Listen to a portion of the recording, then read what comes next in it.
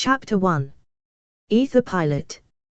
Picture a barren, waterless planet piled with 1,000 years of scrapped and damaged spaceships from all over the galaxy. And near the equator, the hollow signs of a multitude of used ship dealers, all offering never-to-be-repeated offers on one-owner cruisers that had only been driven on Sunday. But those garish signs also pointed to the jewel of this rusting planet, a sprawling building, crafted from the hulls of a century of wrecked spaceships welded together. A sight that every captain yearned to see at least once before he died. The sight that gave this planet its name, Grand Bazaar. There were two unbreakable rules of the bazaar: no loaded weapons and no counterfeit credits. Although the last was maybe not as unbreakable as it used to be. 1 credit. The guard had a loaded weapon, and it wasn't set to stun. Cal held out his hand, palm up, showing the entrance stamp from earlier today. Humph, the guard grunted, and Cal was through into the babble of the great hall. Row after row of stalls, each row signed in a square type of lettering that had once been the height of style. Drives, thrusters, navigation, power, food, beings, medical, real estate, freight.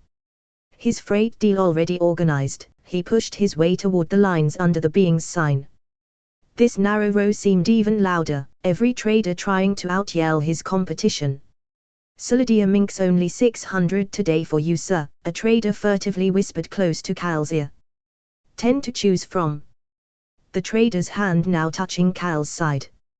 "Keep you warm in those cold nights." Cal shook his body. "Very friendly she is. And that's so soft," further shaking, finally dissuading the unwelcomed hand. He'd only been in this part of the bazaar twice before in his lifetime, and both those times he needed a good long shower after. A galaxy of sentient life forms in one room. Slaves and free and all for sale in one way or form, but Cal didn't have time to explore, he knew exactly what he wanted. The galaxy-wide web said 99.8% of Aether pilots seeking employment were on Imperial Prime, but that left 0.2% somewhere in this place, and his research had settled on only one, and her name was Mia. In any other place she would have stood out. Pressing forward, feeling alien limbs and arms and tentacles rubbing his body in ways that would not be acceptable in polite circles. Searching both sides for a glimpse of that blue hue, the skin tint those who followed the Aether path developed. Maybe this line was wrong. Someone of her ability and looks wouldn't mingle with these sorts of traders. Half an hour of pressing through the crowds and being jostled on all sides until he saw her. Pale blue skin, silver hair down over her shoulders, and black piercing eyes. Clearing his throat twice, but that hardly moistened the dryness, then summoning his most confident voice, he approached her. "You have to be Mia. And you're the king of the Paleid system, I suppose." At least she held his gaze while he felt his legs might lose their ability to keep him upright. "A shipment of drilling spares with you in complete charge of navigation." He was determined to keep his approach light, yet still project the aura of being in charge. "Crew," she snapped. "Me." He was still peering into her eyes, and she hadn't flinched. 50%, she said instantly, then added, "before I move from here. For half you'll need to be my wife, and even then you won't get your cut until I get paid. I'm not looking for an anchor." Her eyes flicked down a moment, and he knew. His legs stopped shaking and his mouth seemed like it could speak again. "I won't be an anchor, and there's a priest before the exit, my love. Just this one trip, Sonny." But her tone had softened, and he knew he had her. "Do you need to get any luggage?" Now he was desperately trying to keep the excitement from his voice. His research had paid off. 43 days she'd sat there without a job. Something about one of the wrecks out on the plane being her fault, and whispers of her being extremely difficult, and of her always being alone. That was why she hadn't asked about the ship or the fee. But then they had the same birth year, and she was the most beautiful woman he'd ever seen. "Let me lead you by your hand and take you away from all this, my love." "Business only," she spat, but as he reached for her hand, she didn't pull away until her fingers had begun to curl over his.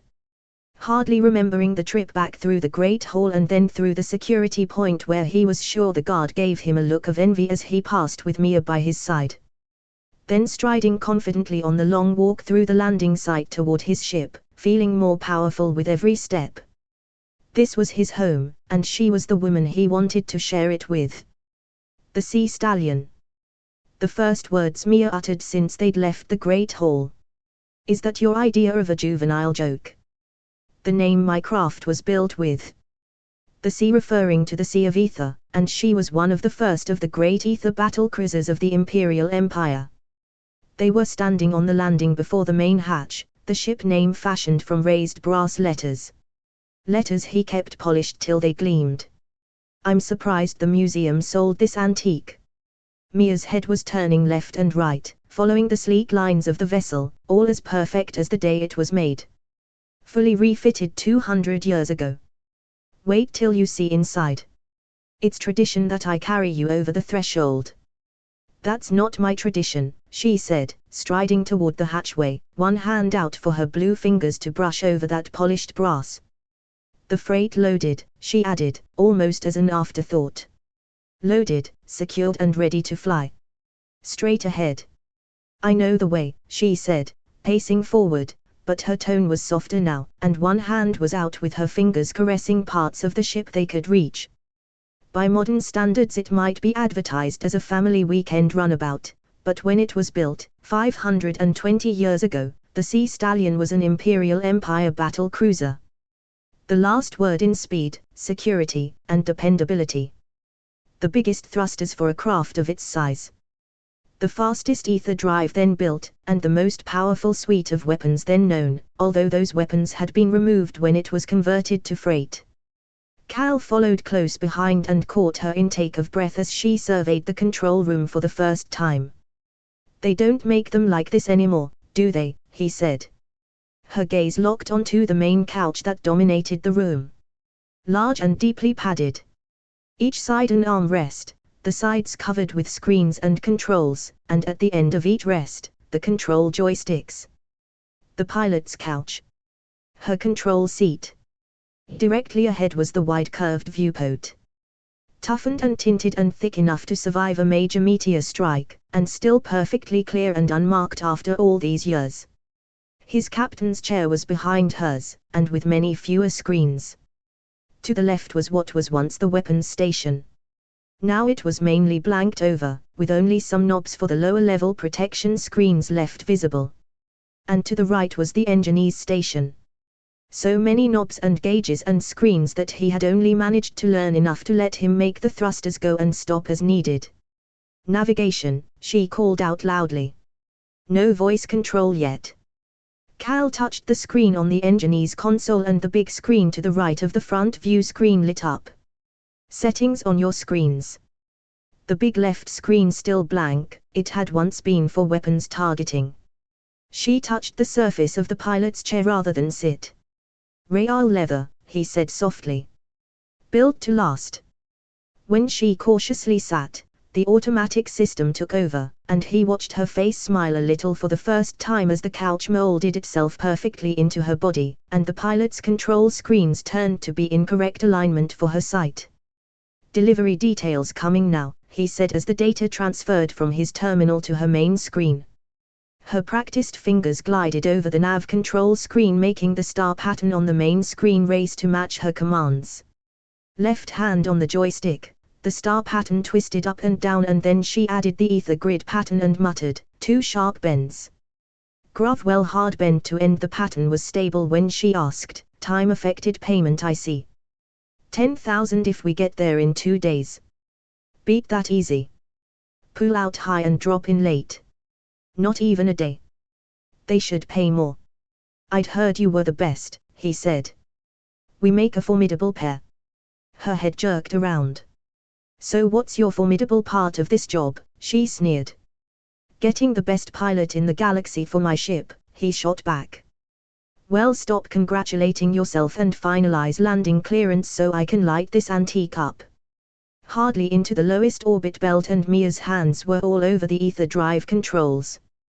The hum of the coils that circled the whole craft ringing louder and louder. He at least knew they were supposed to wiggle the atoms of everything nearby enough to loosen their grip in the ether field, as well as keep the atoms together enough so the ship didn't disintegrate, but that was about the limit of his knowledge.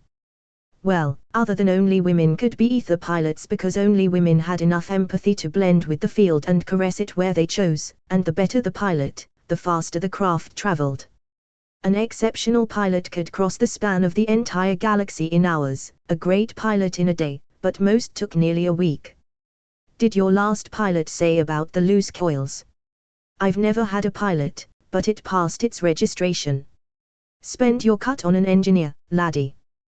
Then the hum became a raucous din, and the mainly black view out the window turned pale blue, the same shade as Mia's skin, and his body felt like he was resting on jello, and he knew that for the first time in his own ship, he was traveling millions times faster than light. All that was left for him now was to lay back and wait. The fate of the whole ship was completely in her hands. All he had left to do was pray. The din eased well before he expected. Then the main screen was back to looking nearly normal and the view out the front viewport showed a red-brown colored planet hanging in a background of black. These charts are so old it's hard to be absolute, but that should be in 933371P4. She couldn't keep the excitement from her voice. You check for the exact landing site while I get these thrusters burning again. Coordinates sent to your screen, he said, hearing his own voice sounding nearly as excited as her. She ignited the thrusters on full. His seat wasn't as conformal as hers, his back strained under the forces. Arrival within 30, she called. Com them to get ready. He did exactly that, Cyrus Mining answering in seconds, tinge of surprise in their tone as though they hadn't expected such a quick delivery, with voices in the background calling out to get ready for the freight. They're sending the coords of the exact delivery point now. To you as it comes. The scanner showed the landing site was not very public or very official, really only a leveled pad between two lines of hills. Not even a marker. The only indication it was the precise place was a bright yellow mining carryall trundling toward the clearing, a plume of dust trailing in its wake. Hope they have the windows close when we land. Mia did a perfect landing, easing down gently to minimize the dust, while he made for the cargo bay, lowering the ramp before untying the secure cargo pod. The only indication of its contents were on the pod screen: Cyrus Mining drilling spares. He was still untying the last strap when that yellow carryall stopped only a few paces from the end of the ramp. In the freight business there are 2 points when things can go fatally wrong, and delivery handover was the biggest one. Cal made sure his blaster was easy to get to, and waited for the receiver to make the next move. Nothing happened. Nothing moved. Looking left and right beyond that stationary carryall, but no sign of anything else moving. Time for his next move. He pushed the button to lift the ramp, the grinding of the big gears the only sound. Sight of the carryall decreasing as the ramp lifted. Just before that yellow roof dropped behind view of the end of the ramp, something came out, an arm held out toward him. Stopping the ramp, Cal reversed it enough to see more of the yellow helmet approaching. Told to pick up some freight, the helmet said loudly. You got the receipt code?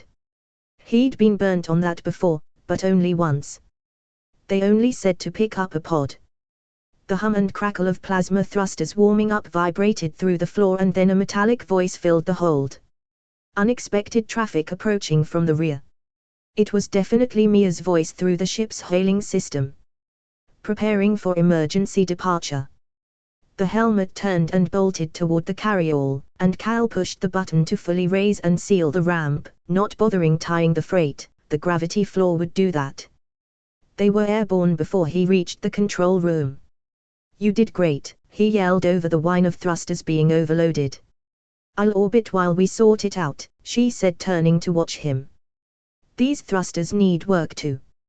He'd only ever used the thrusters, and they worked good enough for him.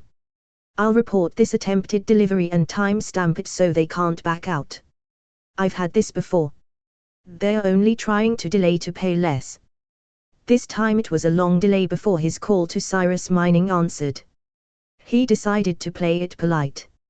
I understand that maybe not all your staff understood that my ship is dedicated solely to your priority freight. In fact, we only loaded your pod this morning, and since then have moved it halfway across the galaxy. I'm sure you wouldn't want to delay us any more after that exceedingly prompt service. Maybe you can direct us to a delivery site that is ready to process the transaction as fast as we processed the transport. He saw Mia grinned at him while they waited for someone to reply. Receiving department is now closed for the day, but we'll get our best man on the job in the morning. We'll comma site and time then. We'll wait. No extra charges for overnight, however priority rates still apply as per the contract. With the ship in a holding orbit, there was only one more thing left to do. Resecure the load. Not from moving but from undoing. Usually the ship's crew had no control of the pods functioning, and it was possible for a distant command to open them and release who knows what into the ship. He always tied those pods together very securely. No one or thing was getting into his ship unannounced. There's not much accommodation here, is there? Mia said when he returned, freight safe again. I've been living back here. Cal pointed to the back wall of the control room where he had a large bed arranged alongside a storage cabinet used for his clothes. You're welcome to join me. Was it ever his lucky day? She was moving toward him with her left arm held up, ready for him to hold and sweep her into his arms. Only her hand was lifting higher and stopping almost in front of his eyes. And there it was. I'm sorry, he said with as much conviction as he could muster. It was not a fashion these times, but some still had it. A thin gold marriage ring nestled deep in the flesh of her finger. I've been crass before. Will you forgive me? Forgiven, she said curtly, but she was still looking into his eyes. But I will rest with you. I like being close to work. But I mean only rest. He nodded. The kitchen is partly supplied, I'll have to get the things you like later. She'd been right before. He'd been acting juvenile while calling himself a captain. Partly undressed, he lay on the bed, and she copied, lying with her back toward him, then wriggling until her body nestled into him. He couldn't help but rest an arm over her side, and found one of her hands gripping his and dragging it around her, resting on her middle. Sleep was impossible while the warmth of her body against him thrilled. She was still, her breathing calm and even, while he watched the points of light through the main viewport and tried hard not to kiss the back of her silver hair laying right in front of him. In one way, the hours dragged. In another, he wished the time never ended. You better get up, they'll be calling soon. She was walking around the control room looking as bright as a button. Your turn in the bathroom. Maybe a shower would shock him awake, but it didn't. Even after breakfast he still felt like a limp lettuce. I enjoyed last night. I see why you like making here your life. If I was being a selfish kid, I would invite you to make it your life too. If a captain asked me, I might even accept. He looked right into her eyes and she quickly added, slow down Romeo. I invite you to make your home on this ship here with me, Cal said carefully and deliberately. And I accept that you are not my wife. Your invitation is accepted with one stipulation. She paused and from across the room locked her eyes directly on his and added, I stay as your crew and you are my captain. Nothing more.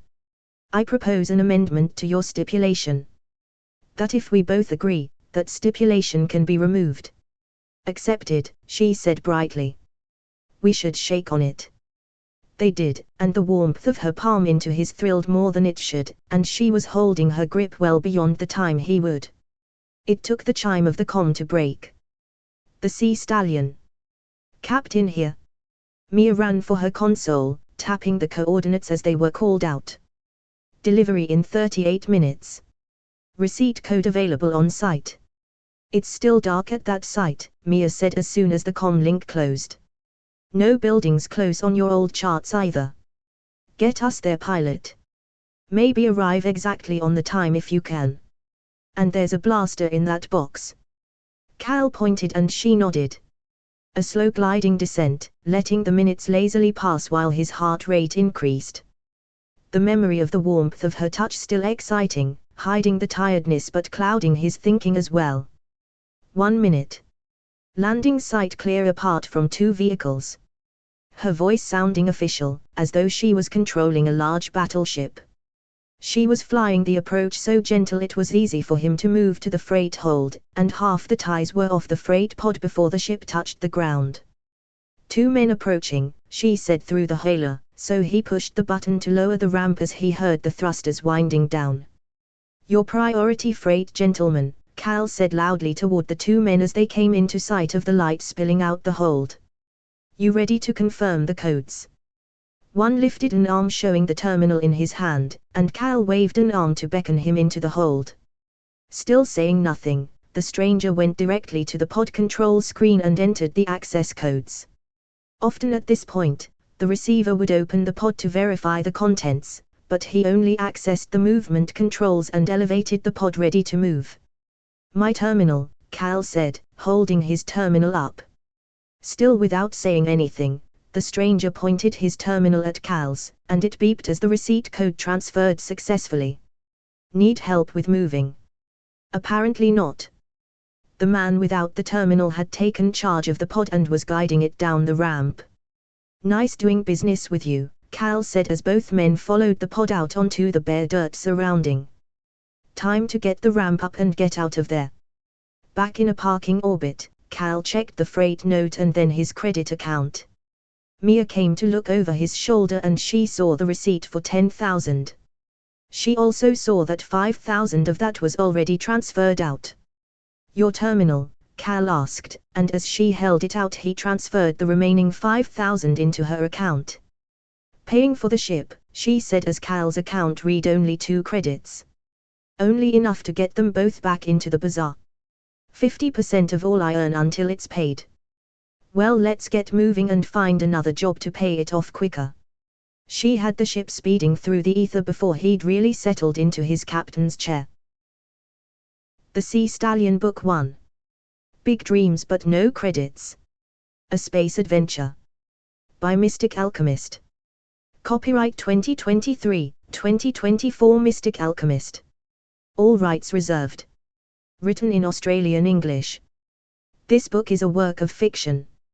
Names, characters, places and incidents are either a product of the author's imagination or are used fictitiously. Any resemblance to actual people living or dead, events or locales is purely coincidental. Cover and text written and assembled by hand without use of artificial intelligence.